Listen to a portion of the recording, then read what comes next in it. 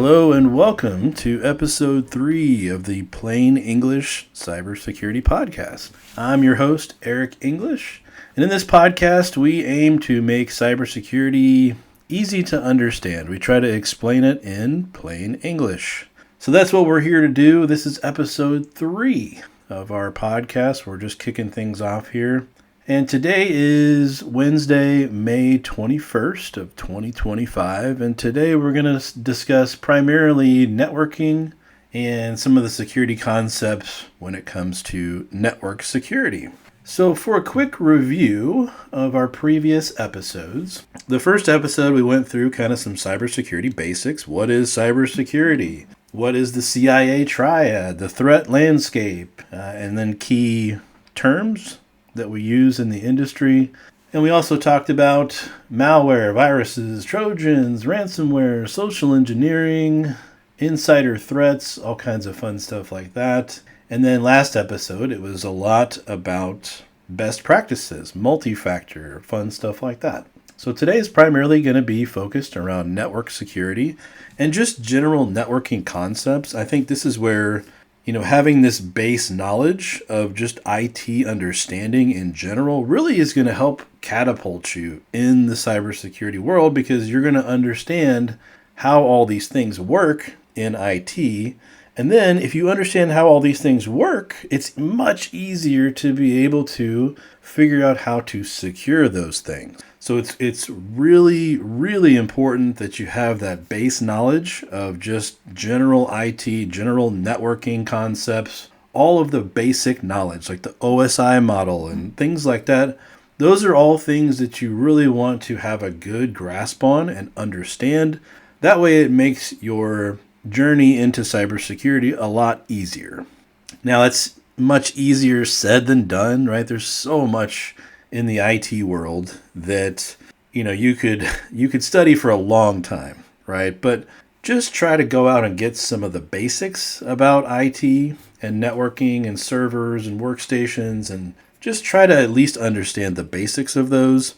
And that will then, like I said, help you with your cybersecurity stuff. So when we talk about networking, there's a lot to dive into here. So I'm going to focus this around network security. However, as we're talking about securing your network, we're going to discuss general networking concepts as well. So I'm going to try to throw in a little bit of both, but you may have to do some self-study here. You may have to go out and learn about the different network protocols that are out there, the different port numbers that things run on, all that kind of fun stuff. So let's dive in here. So basic networking, let's talk about ports. So a service could be something like a web server. So if you're running a website, right, that web service uses a port and or ports. So before, I think it was 2017, maybe even a little further back than that, websites were only HTTP. HTTP uses port 80. Okay, well, since then, the internet has moved to HTTPS. So HTTPS, the S stands for secure, that's going to run on port 443. So these are just a couple of very quick and easy examples, because we all use a web browser. We all go to https://google.com, whatever it is. We've all seen that. We all have used it. So another service that's very commonly used on the internet is DNS, Domain Naming Service. So what does DNS do? Well, when you type in google.com in your web browser, it's not really going to google.com. It's actually going to an IP address. This is where DNS comes into play. DNS is what translates that friendly, easy to read name. So we can all remember google.com, right? That's super easy. Now, how easy is it to remember 25.134.263.124? Can you remember that? Probably not, right? So it's much easier to type in a friendly name like google.com. Super simple, super easy. Well, that's what DNS does.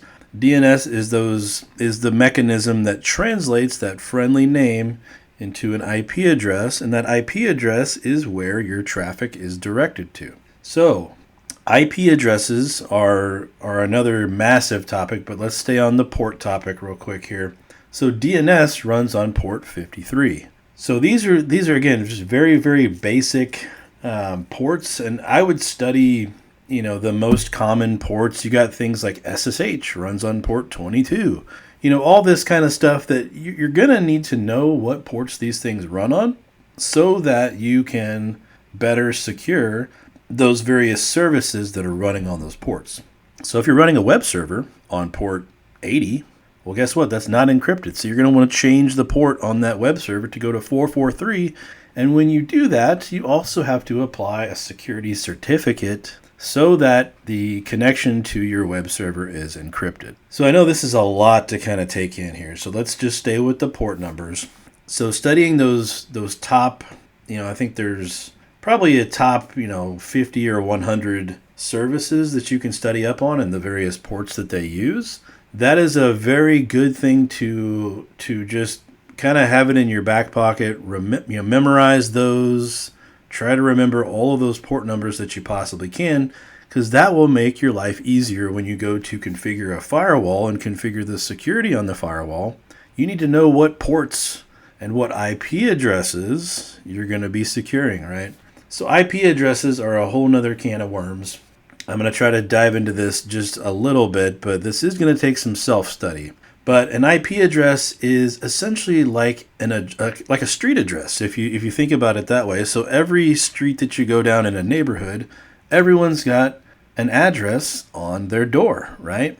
Your address is 101, Main Street, whatever it is, right? Well, that 101 is essentially like an IP address, right? It's a location. So it's a way to route traffic. You can think about it the same way. When you're driving your car, you want to go the correct route when you're driving to that correct address, to that street address where you're trying to get to. Very similar on the internet. So if you're going to google.com, your browser is going to translate using DNS. It's going to translate google.com to an IP address. From there, the traffic coming from your computer to that website to pull the information from that website now knows the path that it needs to go to get to that IP address. It's going to go out over the internet, and it's going to go to this particular IP address or that street address. So you can think about it like, it's just like having a home address or a street address. That's probably the easiest analogy that I can think of that really helps explain, what an IP address is, right? Now, they also have a couple different versions of IP addresses. They have IP version 4, and now they have IP version 6. IP version 6 is much bigger in the address space. So IP version 4, we were actually running out of IP addresses. I don't think, when people first created all of this infrastructure, we didn't realize that we would run out of IP addresses. Just didn't think about it, right? We thought, we'll never run out. And of course, never say never. And we ran out. So IP version 6 came out where the address space that you can use is much, much bigger. So we can use billions and billions of additional IP addresses now using IP version 6. IP version 4 is still very heavily used. It's still the primary right now on the internet. So most of what you see, especially on your home network, that's going to be IP version 4 the vast majority of the time. So that's kind of a brief synopsis of what an IP address is and kind of how it routes traffic, right, using DNS, and it's going to go through a router that you've got. Your router basically has ways that it reaches out to various other routers on the internet to say, hey, do you have this IP address? Yes, go to this router over here. You go to that other router and say, hey, where is this IP address? And it's like, oh yeah, you should go to this router up here. So it routes all your traffic over the internet, hitting multiple different stops along the way, all just to get to google.com. And it all happens in the blink of an eye, which is really cool. So anyway, IP addressing, think about it like a street address or a home address, right? That's the address that you're trying to get to with your traffic, right? So you can tinker with all of the different subnets that they've got for IP addresses. I would highly recommend learning the CIDR notation. So you'll hear a /24 or a /32, whatever it is, right? You need to understand what that CIDR notation is. We're not going to dive into that. This is going to be hopefully a little more about security here in a minute. But I want to touch on these basic concepts because it's really important to understand these, like I said previously. So that's kind of a quick, rundown of various ports. There's plenty more ports to go and look at. You have over 65,000 ports. Not all of those ports are used, right? So there are default ports that services run on. So for example, HTTPS, we'll use that example again. The default port for HTTPS is 443, right? Okay, but what if you didn't want to use 443? Do you have to use 443? No, you don't. You can use any port that you want for whatever service that you want. You just need to configure it that way. And so if you're going to go to a different port using your web browser, you would type in google.com : and then the port number. So if you change it to port 8080, it would be google.com : 8080. And that would redirect you to Google to that IP address on port 8080. Okay, so you can use these services on any port that you want, but they do have a default assigned port. So what you need to memorize is those default ports that are assigned to the most common services out there: FTP, SSH, HTTP, HTTPS, DNS, anything and everything like that. Those are things that you want to memorize and just have in your back pocket. Okay, so those are your ports, those are your services. Again, you can run a service on any port that you want. You just have to change that port number. So that's a very quick and dirty rundown of IPs, like I said, DNS, all that fun stuff. So this is where you get into more of the security side of this, the network security side with your firewalls. And they also have what's called IDS and IPS. IDS is intrusion detection system or service.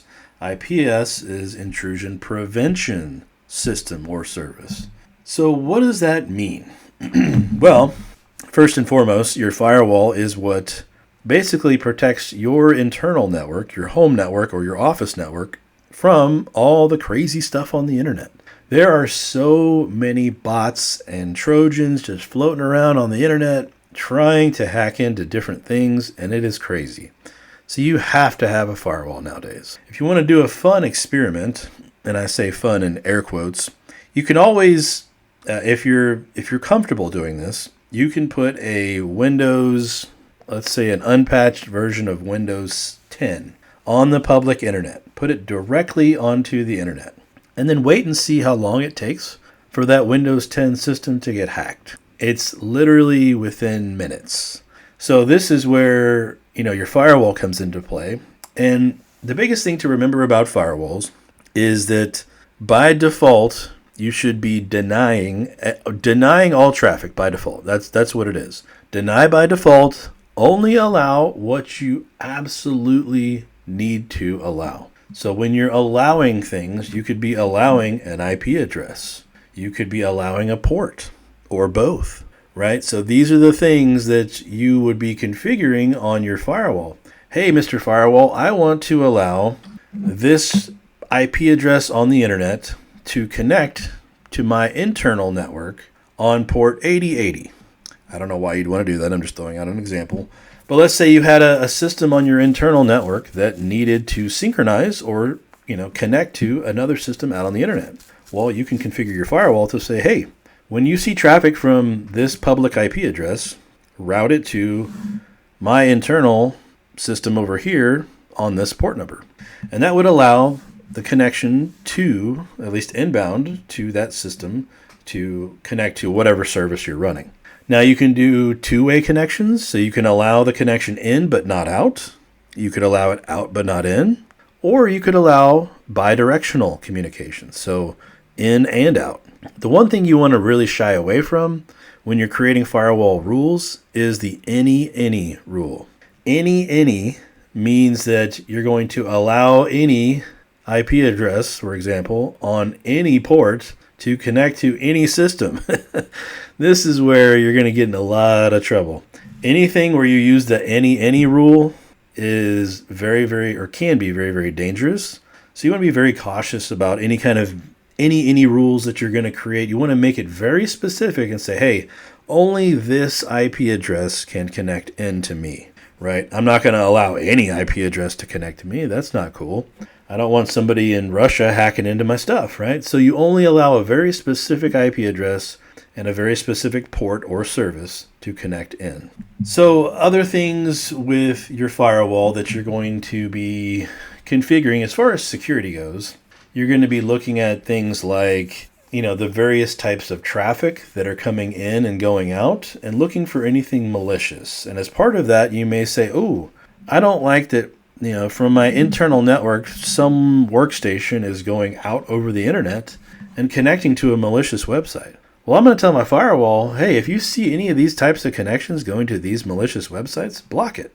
So you're doing web filtering, URL filtering, whatever you want to call it, website filtering. So you're going to block malicious sites, right, using that firewall. Again, these are very, very basic things that you'd be setting up on a firewall. There's also the intrusion detection, intrusion prevention. Very similar. These are, again, it's either you're going to detect the intrusion and not take action. That's intrusion detection. And you're going to get like an alert, for example. You'd get an email alert or an alert in your SIM.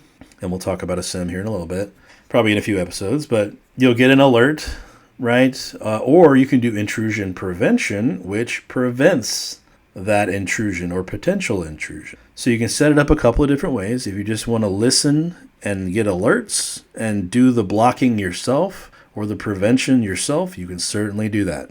If you want the firewall to take that action for you, that's when you want the intrusion prevention pieces. And again, with those, it's a similar kind of thing. You're going to deny by default, but any traffic that is coming in and out, you want to inspect that traffic. You want to look at it. You want to say, okay, I see this connection from this IP address. Is it malicious? I see this connection. Is it malicious? I see it transferring data. Is that data malicious, right? You want to be able to check all those kinds of things. And, most firewalls nowadays do all these things for you. And I would highly recommend to do the intrusion prevention just to be on the safe side. But if you're worried it's going to block something inadvertently, then you can do IDS and get an alert about potential suspicious traffic. For me personally, I would deny by default, right? Like if the intrusion prevention thing says it looks bad, block it. If it turns out that it's good, I would rather be the one to go and allow something rather than have to go check every single alert from my IDS and go put in block rules for everything. It just makes it way more overhead, basically, way more work for you. Now, some of the newer firewalls, you hear the next gen firewalls, they do some additional filtering. They will do what's called SSL decryption. So SSL is secure socket layer. And technically, SSL really isn't being used. It's TLS nowadays. But the mechanism that the firewall is using is called SSL decryption. And so what does that mean? So SSL and TLS are the encryption protocols that are used with HTTPS websites typically. So when you set up a security certificate on your website using HTTPS, this is where your SSL decryption comes into play. The firewall will stop the traffic on the way out. It will decrypt the traffic. So when you encrypt your traffic or decrypt, let's talk about that real quick. Encrypting traffic is basically securing the data. You're wrapping the data in this secure encrypted container, if you will, and saying this is just a bunch of gibberish data unless you have the certificate to decrypt or to read this data that's in this secure container. So SSL decryption takes the traffic and says, oh, you're going to that website? Let me look at it. It decrypts your traffic. It inspects it and says, okay, what IP address are you going to? Okay, what port are you using? Okay, cool. That all looks good. Now, what data are you transferring to and from this website? Ooh, you're going to upload a Word document to this website? That's not allowed by the firewall policy. SSL decryption would then block that action, block that traffic. So SSL decryption is super cool, very handy, especially for data loss prevention. Data loss prevention is where you're trying to prevent data from being, stolen or lost, really, or exfiltrated is the fancy term. But really, you want to protect your data, right? You want to prevent data loss. So at your business, you want to make sure that whatever sensitive data you have, that you are protecting it, right? You're not giving it away. It's not going out the internet to some random hackers.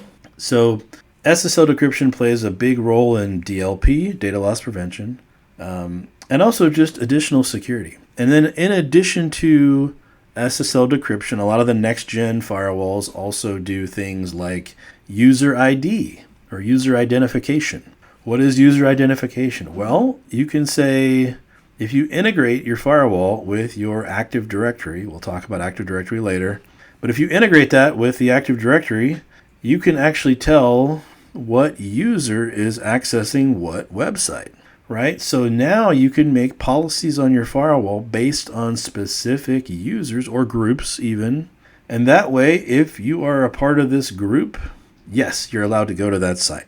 If you're not a member of this group or your username is not, John Smith, then no, you cannot go to this website. So the user ID piece or identity-based firewall controls are super cool too.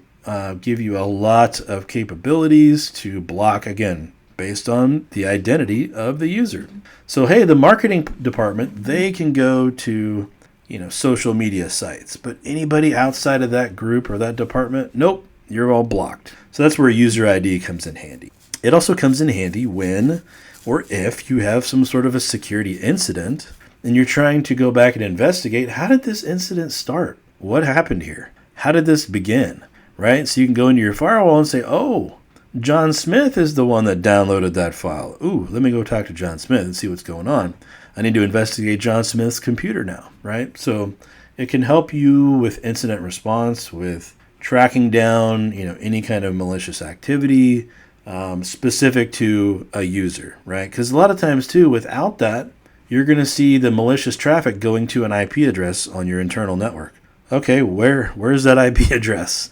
Who's using that system? This is where user ID makes that 1,000,000 times easier. If you know who's using that system on that IP address, you can go talk to that person right away. It just helps all the way around. So anyway, those are some of the functions of the newer next-gen firewalls that you've got. There are plenty more. I'm just kind of scratching the surface here, but those are kind of the big ones, the general that the masses use, right, to help secure their network. So we touched on this a little bit already, but the whole deny by default mentality can also be called zero trust. You may hear that term quite a bit too. Zero trust is, again, you're not trusting anything or anyone. So anything outside of the norm or outside of an allow list gets blocked. Again, you're denying by default. You're only allowing the things that you want. So you're not trusting anything. You're denying everything until you say, oh, yes, I do want to allow this one thing to happen. Then you can go into your zero trust policies, configure those to allow whatever traffic that is that you're looking to allow. So zero trust is another way to look at the deny by default kind of mentality, but zero trust applies to more than just a firewall. It can apply to all of cybersecurity, right? So anything you do on your computer, you can make your computer zero trust. So you'd have a list of things that you do trust or that you do allow on your computer, but anything that falls outside of that allow list gets blocked, right? So anyway, the zero trust mentality and that all those principles are becoming very, very common nowadays too. Zero trust is very difficult to implement, especially in a corporate environment. There's a lot of things that you have to figure out. So it's not for the faint of heart. It's very, very hard to do. But if you can get to that zero trust mentality, you're going to be way more secure than you ever were before. So you'll hear the deny by default, zero trust, those kind of go hand in hand. In addition to some other just general network security stuff, you want to segment your network or separate your networks, right? We don't want to have everything all on the same network. Now you may be asking why? Well, in case there's some sort of an attack or a breach that happens, if your networks are segmented correctly and you're doing zero trust and someone hacks into one of those segments of your network, they won't be able to get to any other systems because it's segmented off. And people do this a lot of times for like their IoT devices. You know, they're any kind of IoT. It doesn't matter what it is, if it's a thermostat or a smart door lock or a smart doorbell or a smart light switch or outlet, whatever it is. A lot of people put all of those IoT devices on their own network or on their own subnet that is totally segmented from the primary network where all of the crown jewels are. So segmentation is big, but one of the big things with segmentation, you'll hear the term VLAN or virtual LAN. So a LAN, by the way, is a local area network. So a virtual local area network is a mechanism that you can apply to a switch. Now, these VLANs basically tag the traffic and say, you know, anything that is, any traffic that looks like this is on this VLAN, right? People mistake VLANs for segmentation. And yes, it is a way of segmenting. However, to fully and properly segment your VLANs, you need a firewall in between each VLAN. And this is where a lot of people make the mistakes. They'll configure all of their VLANs on a switch with no firewall in between those VLANs. Well, that doesn't mean that I can't. So they think, oh, I've got everything VLANed off. All my networks are segmented. Actually, they're not. All you're doing is tagging the traffic and saying this IP range is on this VLAN. That's all that you're doing. Without the firewall there to stop traffic from traversing to multiple different VLANs, you really haven't segmented anything. So keep that in mind when you're doing segmentation. A VLAN is not segmented until there's a firewall. When the firewall is in place, it can then block traffic saying, oh, no, you're not on this VLAN 2. You cannot pass to VLAN 3, right? Whatever it is, however you have it set up. And you can number the VLANs any way you wish. But if you're going to do VLANs, make sure you got a firewall in between so that it's actually segmented. Because otherwise, you're just tagging the traffic and saying this is a VLAN. So you got to actually enforce that security with the firewall. So keep that in mind.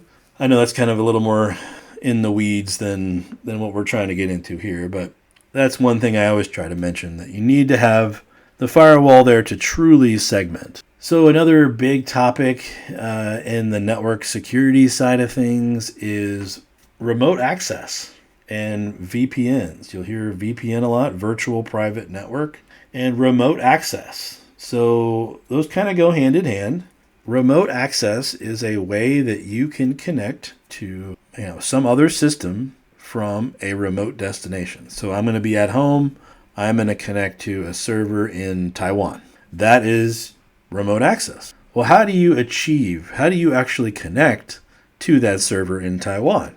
There's a few different ways, but the most common is through a virtual private network or a VPN. So what is a VPN? A VPN is a way to connect two different networks over the internet. And when you connect those two networks, you're connecting basically two firewalls, and you're creating what's called a secure tunnel or a VPN tunnel over the internet. So these two firewalls can connect over the internet through this VPN tunnel. And that VPN tunnel is encrypted heavily so that no one on the internet can read what's in that VPN tunnel. They cannot see anything other than just gibberish traffic because it's all highly encrypted, which is what you want. Once that VPN tunnel is established and connected, now I can connect to that server in Taiwan, for example. So this is just a very rudimentary example of remote access using a VPN.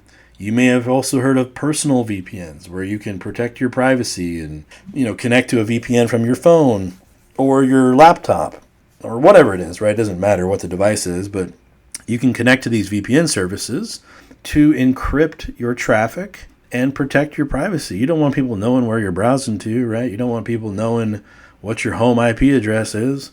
Well, that's where these personal VPNs come into play. And we'll dive into these way, way more, but we're trying to stay a high level here. So just trying to touch on some of the high level basics of what these terms are and what they mean. But a VPN tunnel is very handy nowadays. It's one of the most common ways to do remote access.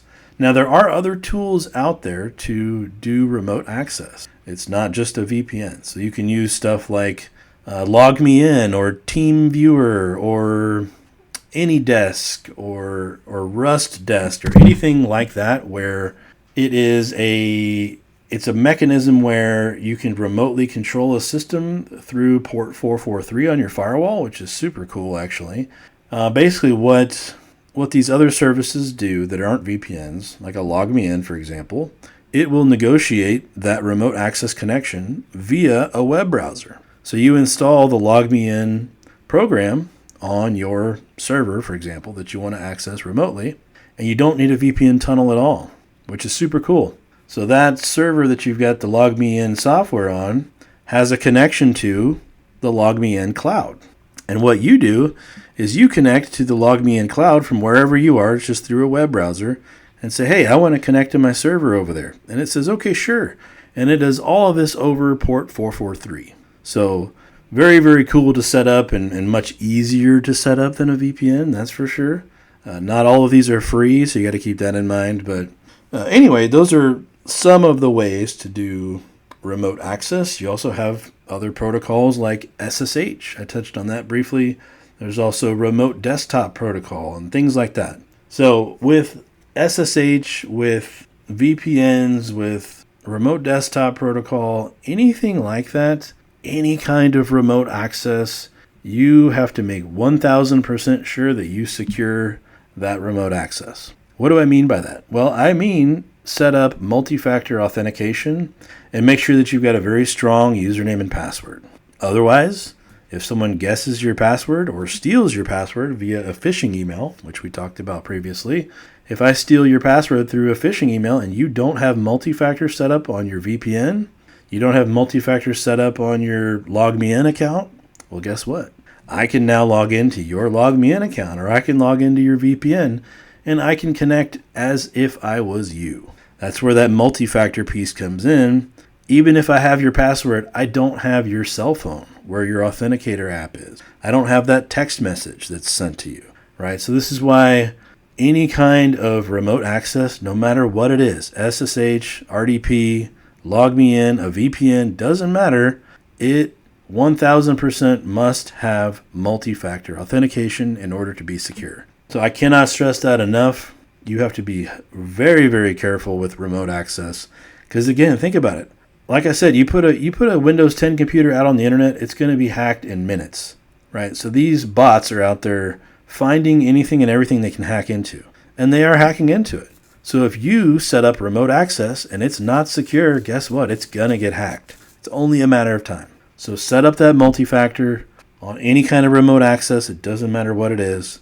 Also set up logging. Make sure you log and you know who is connecting, right? If you don't have that log of who is connecting, how do you know that it's actually who it says it was? So you got to have multi-factor. You want to log those connections. That way you can go back and review and say, ooh, somebody did steal my password because I didn't log in at 3 o'clock in the morning to my VPN, right? So if you have those logs, it'll help you with investigations, with incident response, any and all kinds of fun stuff like that. Okay, I think I've gone far enough today. We're a little past the 30-minute mark, so I will cut it off right there. But again, just to kind of recap, we talked about basic networking, IP addresses, DNS, different ports and protocols. We talked a little bit about firewalls and the intrusion detection, intrusion prevention, and different firewall controls that you can implement. We also talked about network segmentation and zero trust. And then lastly, we talked about VPNs and remote access.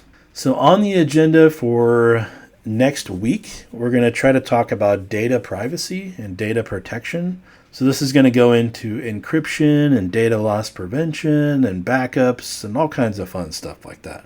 So stay tuned for next week's episode, and appreciate everybody listening, and we'll talk again next week.